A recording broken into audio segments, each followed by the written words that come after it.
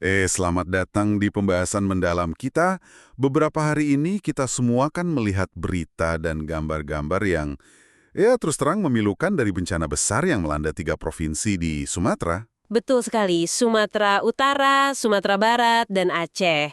Ya, dan di tengah situasi seperti ini, pertanyaan yang paling mendasar dan paling penting selalu sama. Dananya cukup nggak? Apakah dana untuk penanganan dan pemulihan ini memadai? Selalu itu pertanyaannya. Nah, kita punya satu sumber utama di hadapan kita. Sebuah artikel dari kompas.com tanggal 1 Desember 2025 yang judulnya terdengar sangat meyakinkan. Anggaran bencana Sumatera dipastikan aman, Purbaya siap kucurkan tambahan dana. Judul yang sangat menenangkan ya. Betul. Tapi misi kita kali ini adalah membongkar apa yang sebenarnya terjadi di balik judul itu. Karena saat kita gali lebih dalam, ada data yang sepertinya, loh, kok justru berbicara sebaliknya? Kita akan coba urai benang kusut ini untuk Anda. Tentu saja, karena dalam krisis seperti ini, uang memang bukan segalanya, tapi segalanya butuh uang. Kesiapan finansial itu sama vitalnya dengan tim SAR di lapangan, kan? Benar. Angka-angka anggaran ini bisa terdengar abstrak, tapi ini adalah bahan bakar buat setiap perahu karat, setiap dapur umum, kan? Jadi, ya, tujuan kita jelas, memisahkan jaminan di berita utama dari mekanisme yang sebenarnya bekerja agar Anda mendapatkan gambaran yang utuh. Oke, mari kita mulai dari paradoksnya. Saya baca judul artikel ini, Anggaran Bencana Sumatera dipastikan aman.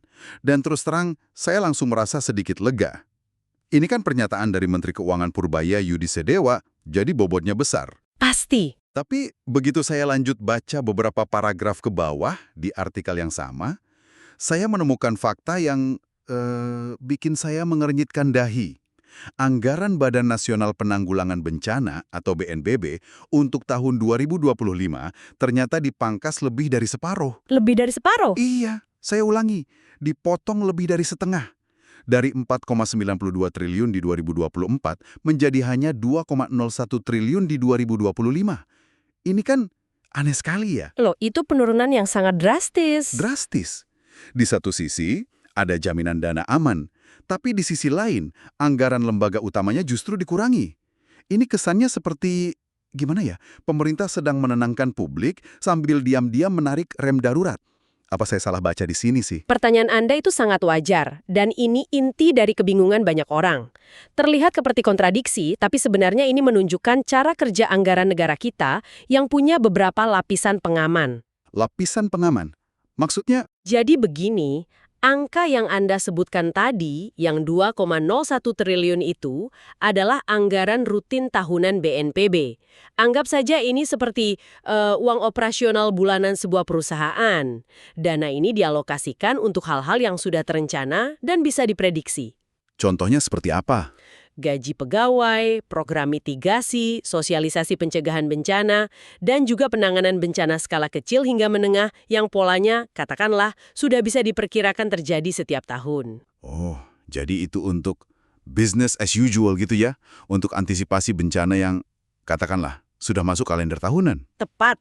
Tapi untuk bencana katastrofik yang tak terduga dan skalanya masif seperti yang terjadi di Sumatera ini, negara tidak hanya mengandalkan anggaran rutin itu.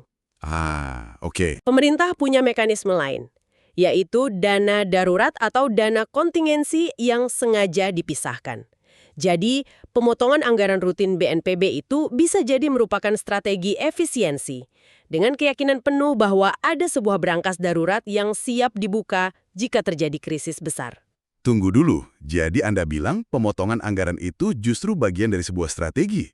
Itu kan kedengarannya berisiko sekali. Memang ada risikonya. Bukankah dengan memotong anggaran rutin BNPB, kita justru melemahkan kapasitas mereka untuk mitigasi dan pencegahan di hulu? Kalau pencegahannya lemah, ya kita jadi akan lebih sering harus membuka brankas darurat yang mahal itu kan? Itu kritik yang sangat valid. Ini kayak mengurangi biaya servis rutin mobil, tapi siap bayar mahal waktu mogok di dengan jalan tol. Dan itu adalah perdebatan klasik dalam kebijakan publik. Keseimbangan antara investasi pencegahan dan dana respons. Idealnya, tentu saja investasi di mitigasi harus besar. Tentu. Namun, dari perspektif manajemen fiskal murni, memegang dana besar di pos kontingensi itu memberikan fleksibilitas yang luar biasa. Pemerintah tidak perlu mengunci dana triliunan di anggaran rutin BNPB yang mungkin tidak terpakai seluruhnya jika tahun itu relatif aman dari bencana besar. Jadi dananya bisa diparkir di tempat lain gitu. Betul, diparkir di pos yang lebih fleksibel dan baru dialirkan saat benar-benar dibutuhkan. Ada resiko seperti yang Anda sebutkan, tapi ada juga keuntungan dari sisi efisiensi anggaran. Oke, saya mulai paham logikanya. Jadi ada semacam jaring pengaman finansial yang terpisah. Dan artikel ini sepertinya mengkonfirmasi hal itu ya. Iya, betul. Menteri Keuangan Purbaya menjabarkan beberapa lapis jaminan. Pertama, katanya, dari anggaran tahun ini saja, masih ada sisa sekitar 500 miliar di kas BNPB yang siap dipakai detik ini juga. Itu untuk respons pertama ya. Ya, untuk gelombang pertama penanganan darurat. Betul, itu adalah dana cair yang paling cepat bisa diakses. Anggap saja sebagai uang tunai di dompet buat kebutuhan mendesak sebelum kita perlu ke ATM. Nah, yang kedua, dan ini yang paling krusial, Kementerian Keuangan secara eksplisit bilang siap menambah dana kalau angka 500 miliar itu kurang. Bahkan, komitmen ini mencakup tahap rehabilitasi dan rekonstruksi pasca bencana. Yang biayanya biasanya jauh lebih besar. Jauh lebih besar. Lalu ada satu kutipan dari Menteri Purbaya di artikel ini yang, jujur saja, bikin saya sedikit tertawa. Yang mana itu? Saat ditanya wartawan soal kepastian penambahan dana, beliau menjawab sambil berkelakar. Kan Anda tahu, saya Kemenq kaya. Hah, sebuah jawaban yang sangat percaya diri ya. Sangat percaya diri. Atau mungkin sedikit arogan, tergantung siapa yang dengar. Tapi pesannya sangat jelas. Dari sisi perbendaharaan negara, uang bukan masalah, tapi ini kan baru janji. Seberapa mudah janji itu jadi dana nyata? Disinilah mekanisme menjadi penting. Artikel itu menyebutkan bahwa dana tambahan ini bisa cair kalau BNPB mengajukan apa yang disebut Anggaran Belanja Tambahan atau ABT, Kementerian Keuangan. Jadi ada prosedurnya. Ada prosedur baku yang harus dilalui. Ini bukan sekedar janji lisan di konferensi pers, tapi ada jalur birokrasi yang sudah ditetapkan. Peran Kemenq di sini adalah sebagai penjaga brankas negara. Mereka tidak bisa sembarangan mengeluarkan uang, kan? Iya. Lembaga teknis seperti BNPB harus datang dengan proposal yang jelas. Berapa yang dibutuhkan, untuk apa saja, dan dengan justifikasi yang kuat. Secara teori, ya, itu bagus untuk akuntabilitas. Tapi kita tahu birokrasi di negara kita bisa sangat lambat. Apakah jaminan prosedur yang ditetapkan ini justru tidak bisa jadi penghambat saat orang-orang di lokasi bencana butuh bantuan sekarang juga? Nah, itu dia. Kita bicara soal nyawa, di mana setiap jam sangat berharga. Apa sistem ABT ini cukup lincah? Anda menunjuk ke titik lemah potensial dari sistem ini. Inilah tensi abadi dalam manajemen krisis. Kecepatan versus akuntabilitas. Betul. Di satu sisi, Anda ingin bantuan secepat mungkin. Di sisi lain, Anda harus memastikan uang negara triliunan rupiah itu digunakan dengan benar. Proses ABT dirancang untuk menjaga akuntabilitas itu. Tapi apa bisa dipercepat? Dalam praktaknya, untuk situasi darurat yang sudah dinyatakan sebagai bencana nasional, proses ini biasanya dipercepat. Ada jalur-jalur khusus. Namun, ya, tetap saja ada proses administrasi yang harus berjalan. Tetap ada kertas-kertas yang harus diurus ya. Tepat. Jadi, pernyataan Menteri Keuangan yang bercanda bahwa Kemenq kaya itu satu hal, tapi mengubah kekayaan itu menjadi bantuan nyata di lapangan adalah tantangan yang sama sekali berbeda. Tantangannya bukan di ketersediaan uang, tapi di kecepatan pipa birokrasi yang mengalirkannya. Oke, jadi sistem di level Kementerian Pusat sepertinya sudah jelas, lengkap dengan potensi kelebihan dan kekurangannya.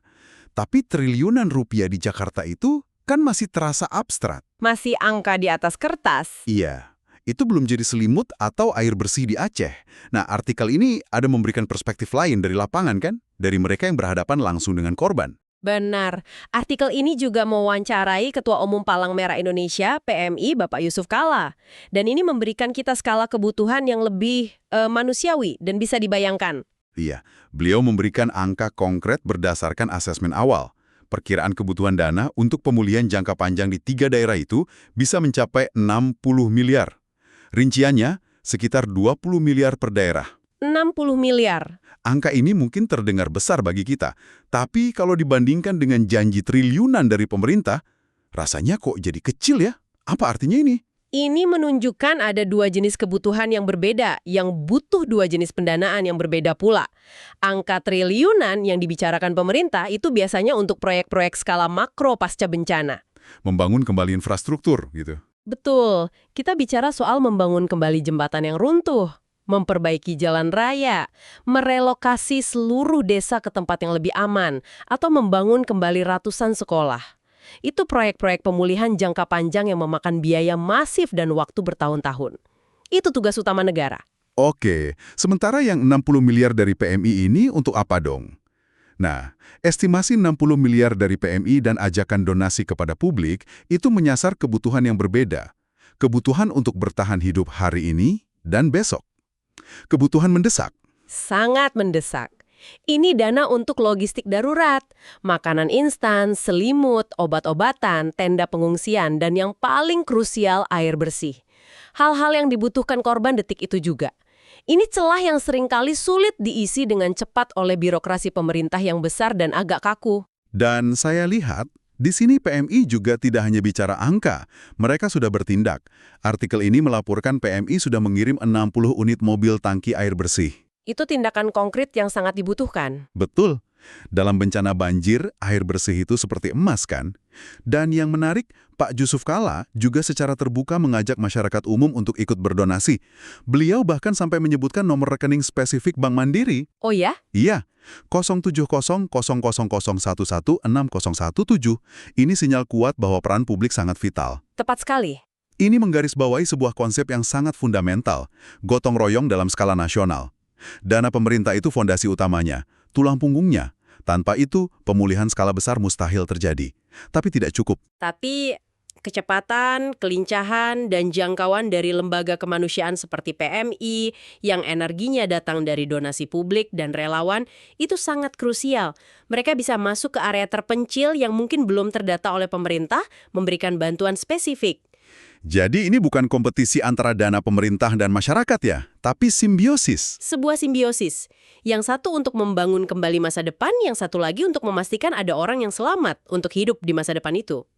Jadi, apa artinya semua ini untuk Anda? Setelah kita membedah sumber ini, sepertinya ada beberapa poin kunci yang bisa kita pegang. Pertama, paradoks pemotongan anggaran BNPB dan jaminan dana aman itu ternyata bisa dijelaskan. Ada sistem dua lapis. Betul. Anggaran rutin yang dipotong dan brankas darurat yang siaga penuh. Kedua, jaminan dari Kementerian Keuangan itu bukan sekedar basa-basi politik. Ada komitmen eksplisit dan ada mekanisme yang jelas, yaitu anggaran belanja tambahan atau ABT. Secara sistem, di atas kertas, jaring pengaman finansial kita memang ada dan terlihat kokoh. Iya, terlihat cukup kuat. Tapi, dan ini poin ketiga yang sangat penting, sistem yang kokoh di Jakarta itu harus berhadapan dengan kebutuhan nyata yang sangat besar dan mendesak di lapangan. Nah, ini dia. Estimasi puluhan miliar dari PMI dan seruan donasi publik menggarisbawahi bahwa partisipasi kita semua sangat krusial. Peran masyarakat adalah untuk mengisi celah-celah bantuan yang butuh kecepatan dan fleksibilitas. Sebagai pemikiran penutup, sumber yang kita bahas hari ini melukiskan gambaran yang cukup optimis tentang kesiapan finansial negara kita. Sistemnya ada, uangnya ada, namun ini juga jadi pengingat yang kuat bahwa tantangan sesungguhnya seringkali bukan pada ketersediaan dana di kas negara. Melainkan, Tantangan terbesar adalah logistik dan eksekusi. Seberapa cepat dan efektif uang itu bisa diubah menjadi bantuan nyata, menjadi tenda, makanan hangat, atau alat berat bagi para korban yang sedang menunggu dengan cemas di lokasi bencana. Dan ini membawa kita pada satu pemikiran terakhir untuk Anda renungkan. Artikel ini menjelaskan dengan jelas bahwa mekanisme pencairan dana tambahan itu bergantung pada pengajuan dari BNPB ke Kementerian Keuangan. sebuah proses birokrasi. Betul, sebuah proses yang meskipun bisa dipercepat, tetaplah sebuah proses. Ini memunculkan satu pertanyaan besar. Di tengah kekacauan dan urgensi situasi bencana, faktor-faktor non-finansial seperti kecepatan pendataan korban, kelancaran komunikasi antar lembaga, kualitas data kerusakan, pada akhirnya menjadi penentu utama. Ya. Jadi, pertanyaan besarnya mungkin bukan lagi apakah uangnya ada, melainkan bisakah sistem birokrasi kita bergerak secepat bencana itu sendiri? Itu adalah pertanyaan tentang efektivitas sistem, bukan hanya ketersediaan dana. bencana di Sumatera itu berapa Pak? Anggaran bencana Pak. Bencana Pak. BNPB diturunin tuh Pak, realisasinya tuh Pak. Dari 2 triliun sampai ke 451 Bapak. Dasarnya apa Bapak penurunannya Pak? Anggaran BNPB itu sekarang Dari gede dua- banget Pak. Padahal kan ini kan bencananya lagi gede banget Pak. Apakah Kementerian Keuangan akan menggelontorkan Ada anggaran BNPB lagi? masih ada sekian 500 miliar lebih BNPB yang siap. Terus kalau nanti butuh dana tambahan, kita siap juga menambah dan sudah ada di anggarannya. Berapa Pak yang dari Nanti tergantung permintaan BNPB. Kan Anda tahu saya kaya. Tapi uangnya cukup. diambilnya dari pos apa Pak? Port darurat bencana kalau nggak salah ada. Yang jelas saya lupa portnya, kayaknya darurat bencana ada gitu. Dan itu tinggal BNPB mengajukan ABT ke kita, nanti kita proses. Berarti udah siap ya Pak? Oh, kita masih terus. Persentase perindusnya berapa Bapak? Memang minta berapa? Menurut Anda cukupnya berapa? Berapa ya? Cukup kita. Dan termasuk untuk rehabilitasi nanti juga sudah kita siap. Termasuk perlindungan sosial juga Bapak untuk korban-korban bencana juga Bapak. Oh, saya nggak tahu nanti tergantung pengajuan dari BNPB seperti apa, tapi uangnya cukup, harusnya cukup. Terima kasih teman-teman. Terima kasih. Download Tribun X sekarang. Menghadirkan lokal menjadi Indonesia.